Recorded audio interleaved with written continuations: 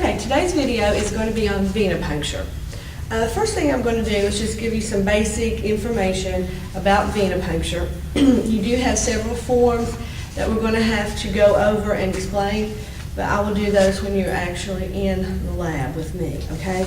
So the first thing that you're going to do is you're going to come into class and we're going to go over it in lecture, okay?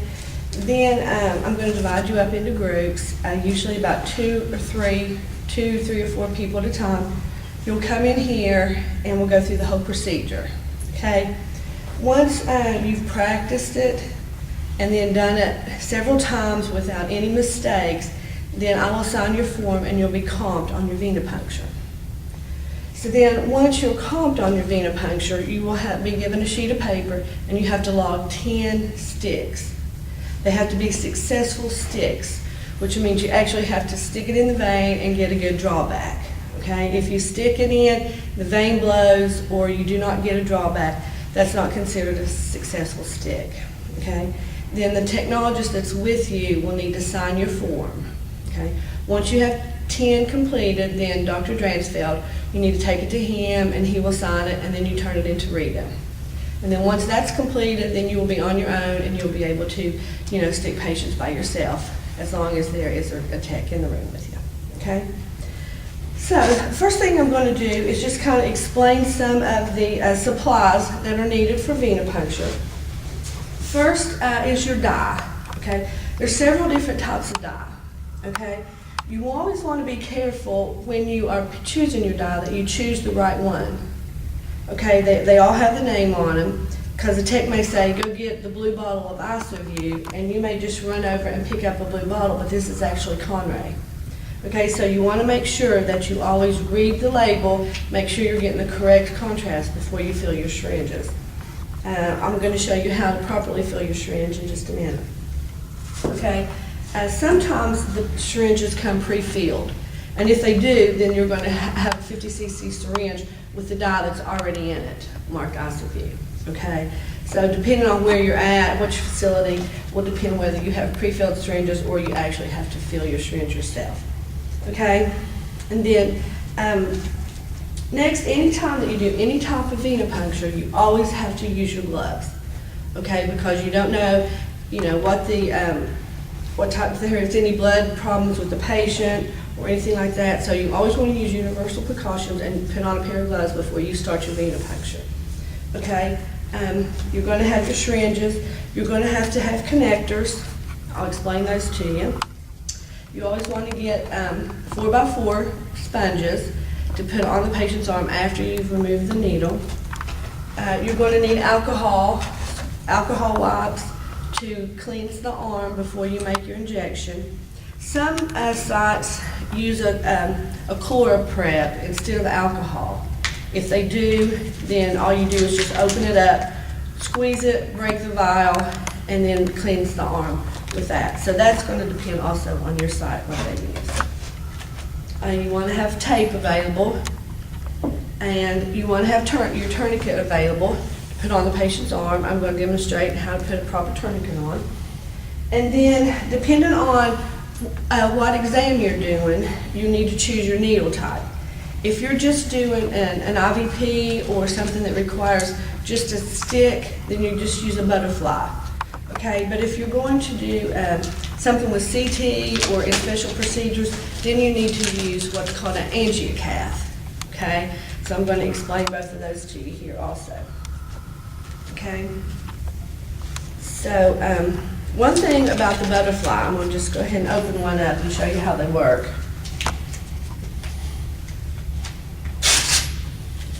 You don't have to have gloves on when you're getting your supplies ready, but the minute that you get ready to start working with the patient, that's when you want to put your gloves on. Okay, this is actually called a vacutainer, okay, which means that they can use these in the lab and put the needle in the vein and then take this tip has a needle on it also, and they can stick that into a vial and take blood.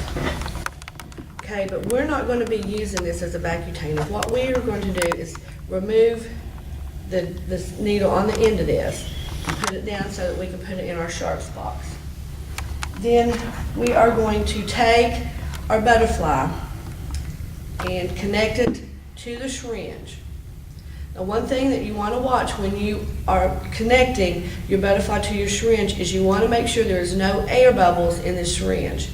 If there are air bubbles in the syringe, then you could possibly inject those into the patient, and that's not something that we want to do. So you want to turn the syringe up vertical, hold the needle down, and press until you see the dye coming out of the tip of this needle. Okay, now on the tip of this butterfly is a plastic tip. That needs to remain on there because that's going to keep the tip of the needle sterile until you're ready to use it. Okay, once you take this off, then you're ready to do it. Do not take this off and then lay it down. If you do, then you've just contaminated that needle. And if you would use it, then you can introduce an infection into the patient's arm. Okay? So another thing about these butterflies, there is a safety feature on them. Once you pull this plastic tip off, there's a little black arrow.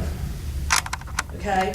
Now, when you put it in the patient's arm, before you pull the needle out, if you hit that black arrow, it retracts the needle up into the hub, and that prevents you from sticking yourself with the needle. Okay? But one thing that you want to be careful of is when you are sticking this patient, that you don't hit that black arrow. Because if you accidentally hit it while you're in the process of sticking, or once you get it in the arm, it retracts it. And then you've either retracted it out of the patient's arm prematurely, or you're going to have to get another needle because it won't come back out. Okay, so if you have to do that, then you have to take your needle off your syringe and put another needle on, and then run the dye through the tubing again. Okay? Then anytime you are finished with a needle or syringe, you want to take it and put it in your sharps box. You always want to have the sharps box available. Okay? And we're just going to drop these in here. Okay. So that is how the butterfly works. Okay? Okay, next is your angiocath. Like I said, these are used in CT. These are what are used when the nurses put IVs in the patient's arm, because they are able to stay in the arm as opposed to the butterfly. The patient can't bend their arm with the butterfly, because if they do, then it's going to puncture the vein. Okay? So when you open your angiocath, there's a little squared end on it, and you hold that. And the plastic tip covers the needle. You pull that off. Okay, now when you pull it off, you're going to see a little tiny lip on the top of the angiocath. Okay, that's how you're going to introduce this angiocath into the vein. And I'll show you in a little bit later how to do that. But when you get ready to do that, because the needle, and you do never want to touch this part of the needle because you've just contaminated it if you did. You only touch the clear casing on the top. Okay? So once you get ready to make your injection, with the angiocath, you want to go 1 to 2 inches distal to where you want to stick because the needle is so long. And once you make your initial stick, then you take your fingernail on that lip and introduce the angiocath up about halfway into the arm. Okay, and then you're going to apply pressure and pull the needle out. Okay, and this is contaminated now. Okay, so then this angiocath is going to be left in the patient's arm, and I'm going to show you how to tape it down. But now this is flexible, so the patient's arm can bend without rupturing the vein. Okay, and that's how you put in the angiocath. Okay, so then you're going to take your angiocath, the needle, over to your sharps box and throw it away. Never leave your sharps laying on the bed or on the table, because somebody could walk up and knowing that there's a needle there and stick themselves with a dirty needle.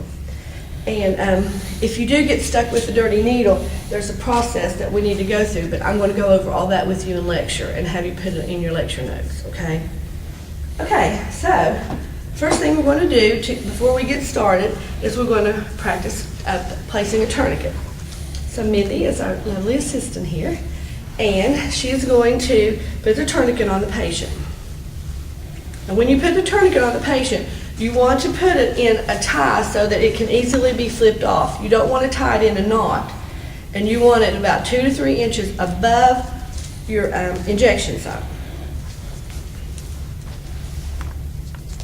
Okay, so the way, and I will do, when you're in here in the lab with me, I will show you exactly how to do this. But if you notice the way that she's put this tourniquet on, now all I have to do is take a hold of the flap and pull it off. Okay, if she would have tied it in a knot, it wouldn't be able to come off. You'd be struggling with the patient's arm and maybe pull the needle out.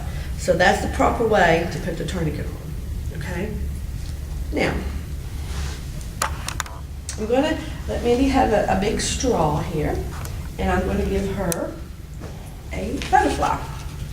Now when you're injecting a patient, whether you're using a butterfly or an angiocath, you want your needle to end up parallel with your vein, okay? So when you take, let me go ahead and get you anything.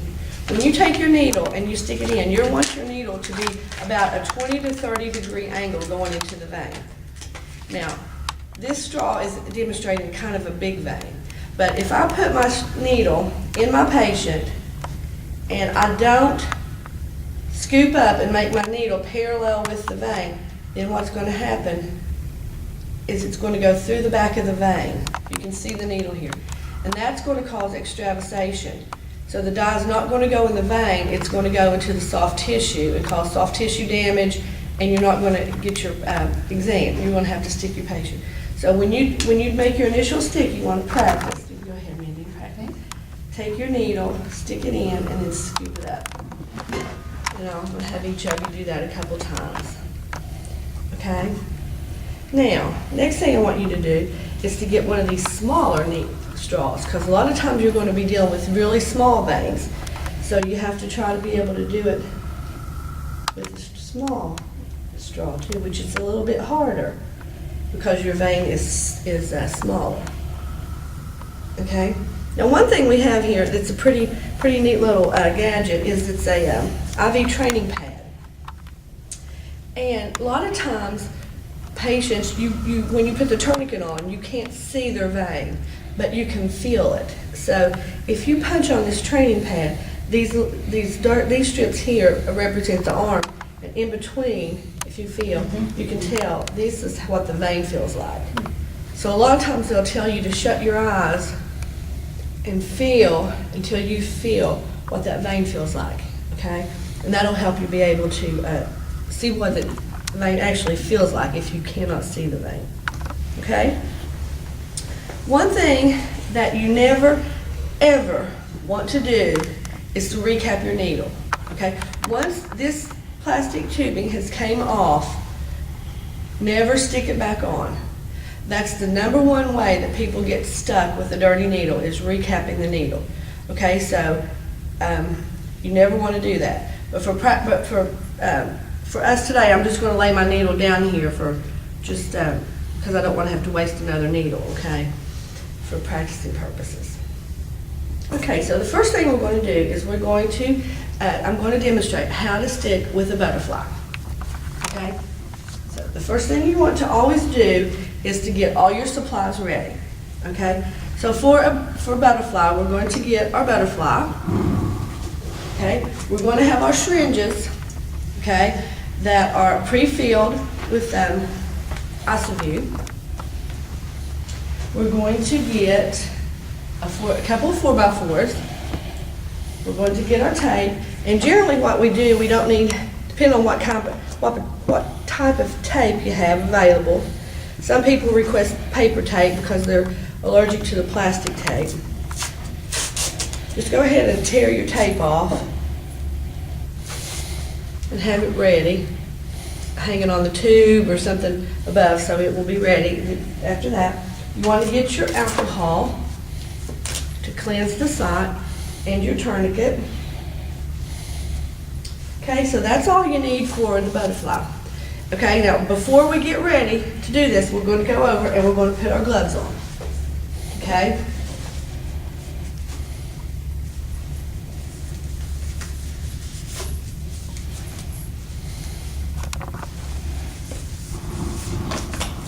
Okay, then I'm going to take my tourniquet and and I'm going to put it 2 inches above. Now, normally the best site to stick on a patient is the antecubital fossa, okay? The antecubital median vein comes up the middle, and then on the thumb side is the basilic, and then on the lateral side is the cephalic vein. Okay, so once you put this tourniquet on, you can have the patient pump up their hand a few times and you feel. Okay, if you can't see the vein, then you have to feel for it. Okay, so you find the area that you want to stick. Okay, the next thing we're going to do after we've found our area is we're going to cleanse the area. So when you cleanse the area, you don't want to raise your alcohol up off the patient, and you want to do it in a circular motion. So the area that you want to stick, you start there, you start in a circle, and you keep going outside about 3 to 4 inches. Okay, that's cleansed your area. What you do not want to do is do this and then come back to the middle again. Because what you're doing is you're putting those germs on the outside back into the middle. So when you start cleansing, you start in the middle, make your circle, and that's it. Okay? Now, I'm going to attach my needle to my syringe. Like I said, I'm going to make sure there are no air bubbles in here. I'm going to run them out. Okay? Now, when you get ready to inject, this is called the butterfly, these are the wings. You always want the beveled edge, which is the hole of the needle, to be up. Okay? So you're going to squeeze the butterfly, and sometimes you might want to, hold underneath the vein just to kind of make it taut a little bit so the vein doesn't roll. And you always want to tell your patient, that you're going to stick. So I'm going to go in at about a 20-degree angle. Then I'm going to come up.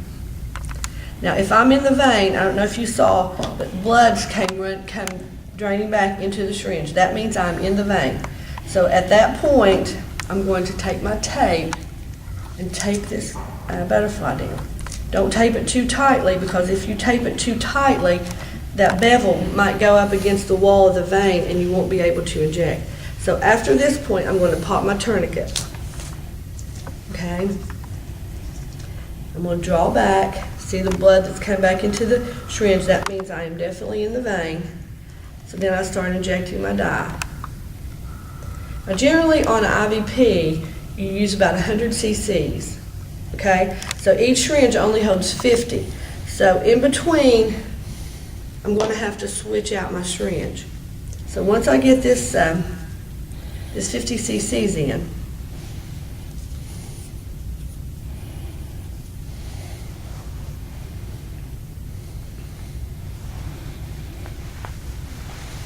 the best way to change out your syringe is to take your tubing and clamp it off at the side, okay, and twist it off.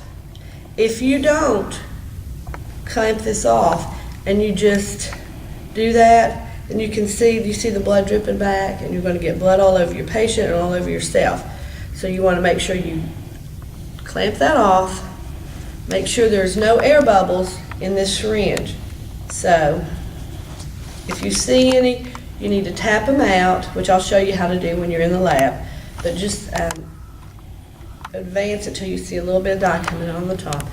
Then hook it into the connector tightly. Now what I always do, just to make sure that I'm still in the vein after that, is I always draw back a little bit. And draw back. And if you see blood coming back into the syringe, then you know you're still in the vein. Okay? Then you're going to continue and inject the next 50 cc's. Okay?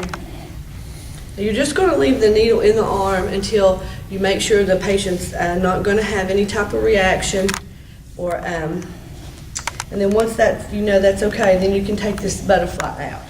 So the procedure for doing that is you get your 4x4, usually just fold it up, and then get your other piece of tape that you have here. You want to take the tape that you have on here off. okay? It gets sticky when you have gloves on. Now, you want to take your 4x4 and put it right up onto the site, okay? Go ahead and push your tape down. Now, tell the patient you're going to take the needle out so that it doesn't shock them when it comes out. And all you do is just push on that little black arrow, and the needle is retracted up into the hub. And that way you don't have to worry about pulling the needle out, taking this off, and sticking yourself. Okay? Now, some sites, whatever the routine is, will tell you, some places will tell you to take this off, unscrew it, put it into here, into your sharps box. But if you have a needle connected onto a syringe, I always just throw my whole syringe away. That way there's no chance that I'm going to get stuck or anything. So I'll just put the needle and the syringe and everything in the sharps box. Okay? So that is the procedure for the butterfly. Okay? And like I said, you all will all get to practice that several times. And then on the last time, I'll watch you. And once you go through the whole procedure without any errors, then I'll check you off. Okay? Okay. Now something I want to show you before we start on the angiocath is how to properly fill a syringe. Okay? When you're filling a syringe, you want the contents of the bottle to remain sterile. Everything needs to remain sterile, okay? So, and the proper way to do that is to open your syringe, okay?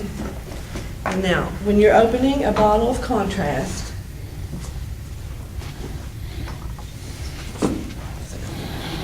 there's going to be a little cap on the top of it. What you do is you pop that cap off. Okay? Don't touch this because it's sterile, okay?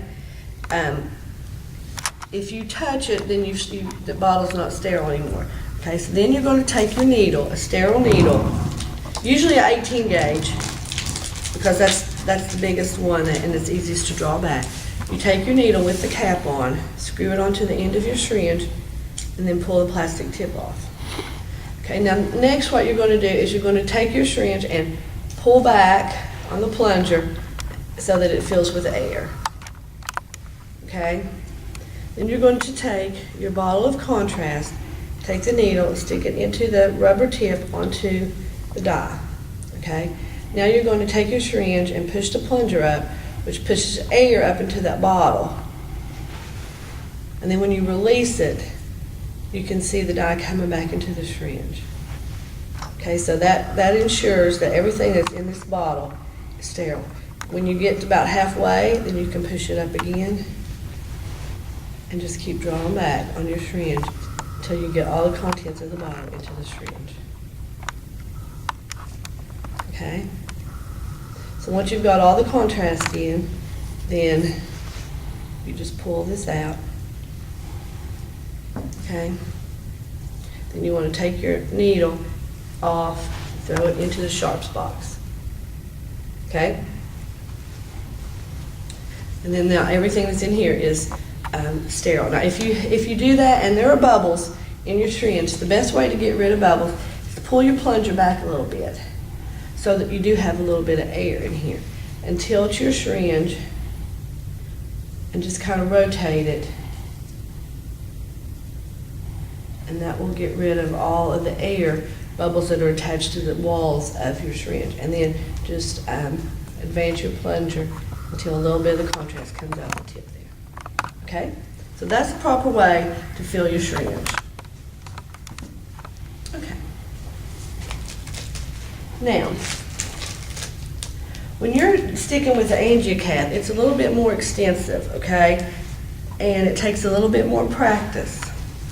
So, that's what we're going to do first.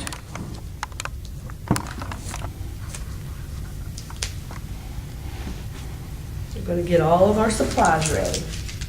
Okay, now when you're doing an angiocath, you need a little bit more tape. Okay, so we're going to tear 3 pieces for our angiocath, okay?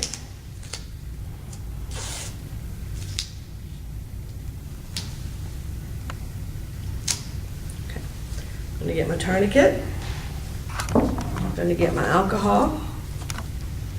I'm going to get my syringes. And I'm going to just put some new dye in them, just for demonstration.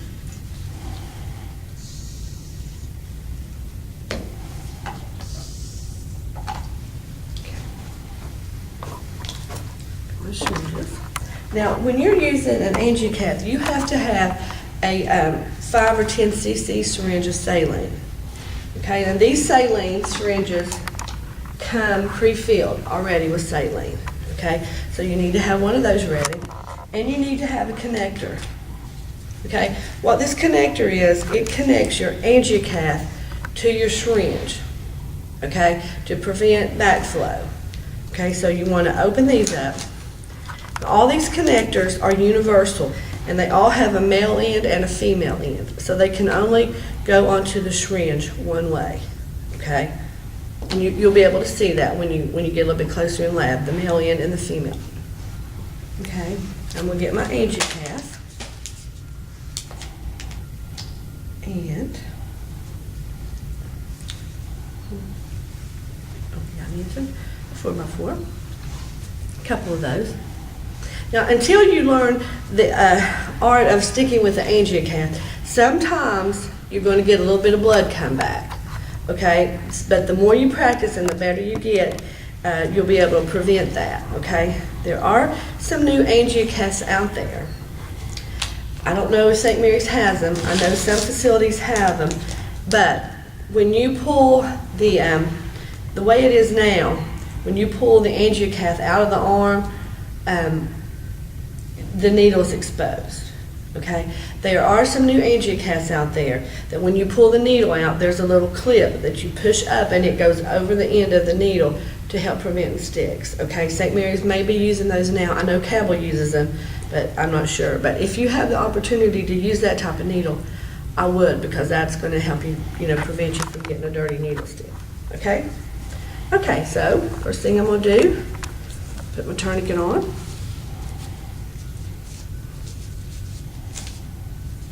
Okay, and we'll feel around for the site that I want to stick. Okay, I'm get my alcohol and I'm going to clean the site.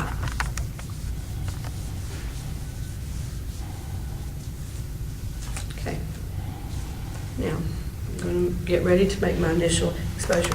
Now before I do that, I want to take this connector, I want to hook it to the saline. Okay. Now there's going to be air in this little connector, so you want to make sure that you push the plunger up till you see a little bit of the saline coming out of the tip, so you know there's no air in there. Okay.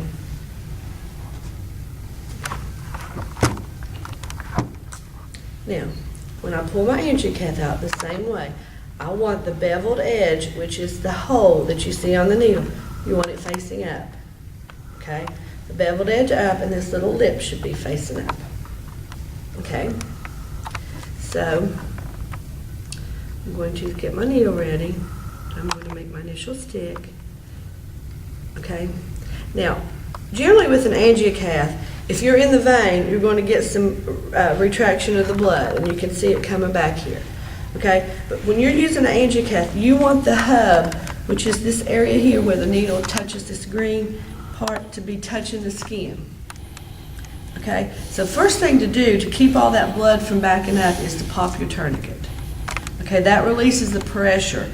Okay, now what we're going to do is we're going to take our thumb and gently introduce this hub up the sheath, that's called the sheath, up till the hub is touching the skin. And you don't have the needle pulled out yet. Because once you pull that needle out, the blood's going to start coming back. So you have to be ready with your syringe that has a connector on it.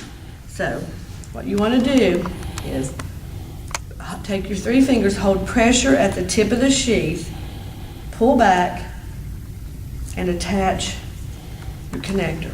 And I don't know if you saw that, but some of the blood drained back a little bit. Now, on a real patient, it generally is not going to come back that fast, but if the patient has high blood pressure, they're on a blood thinner or something, it may. So you have to be ready to put that connector on there. One thing that you want to watch when you are putting the connector on is not to bend this sheath right here at the connection. If you bend that, it'll crack.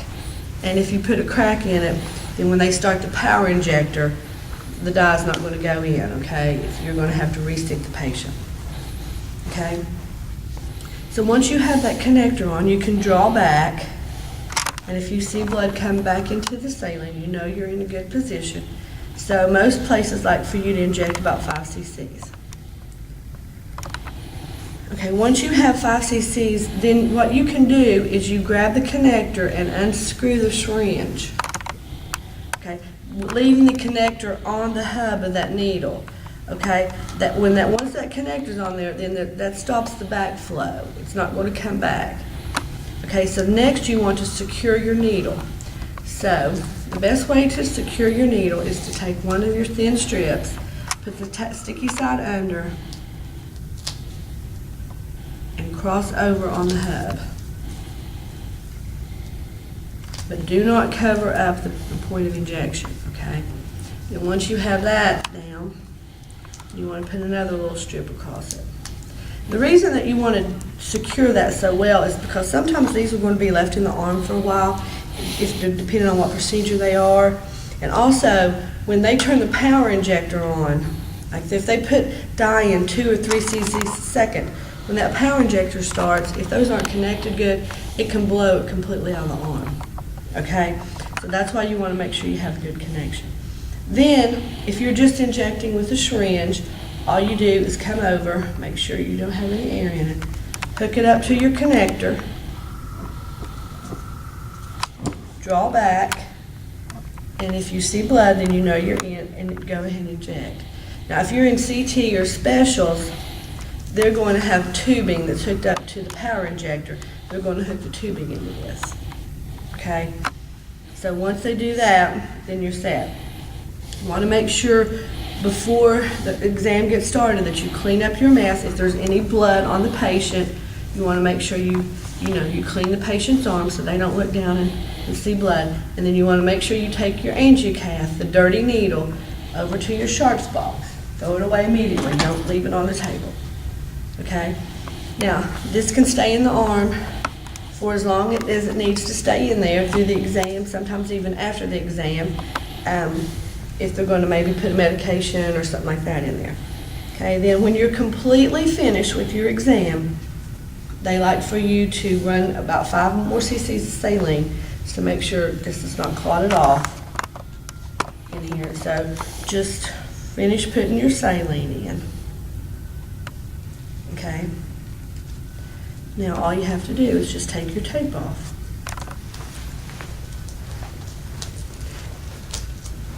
Get your 4x4 ready. Put your tape on it. And one thing you always want to be careful on is when you're doing your history on your patient, and we'll go over that a little bit, if the patient is on a blood thinner, Coumadin or something like that, they're going to bleed really heavily. So you want to make sure you secure your bandages. So you're going to put this right here and pull the sheath out. Okay, and put this on tightly, because like I said, if you don't, they might spring a leak when they're walking down the hall or something, and you're going to have blood everywhere. So and then you want to hold pressure for just about a minute to make sure that they're not going to bleed. And then have them kind of bend the arm up. Also, that helps kind of clot it off. Then what you're going to do is you're going to take your entire angiocath with the connector and throw it in the sharps box. Okay? And that's your procedure for the angiocath. Okay? So, after you watch the video, then like I said, what we're going to do is I'm going to have you come in and let you practice several times till you feel comfortable, and then I'll watch you for your comp. And if you have any questions or anything like that, we'll go over it when you're in lab. And if I have forgotten anything, I'll try to remember to go over to you in lecture. And that is your Venipunture lab. Thank you.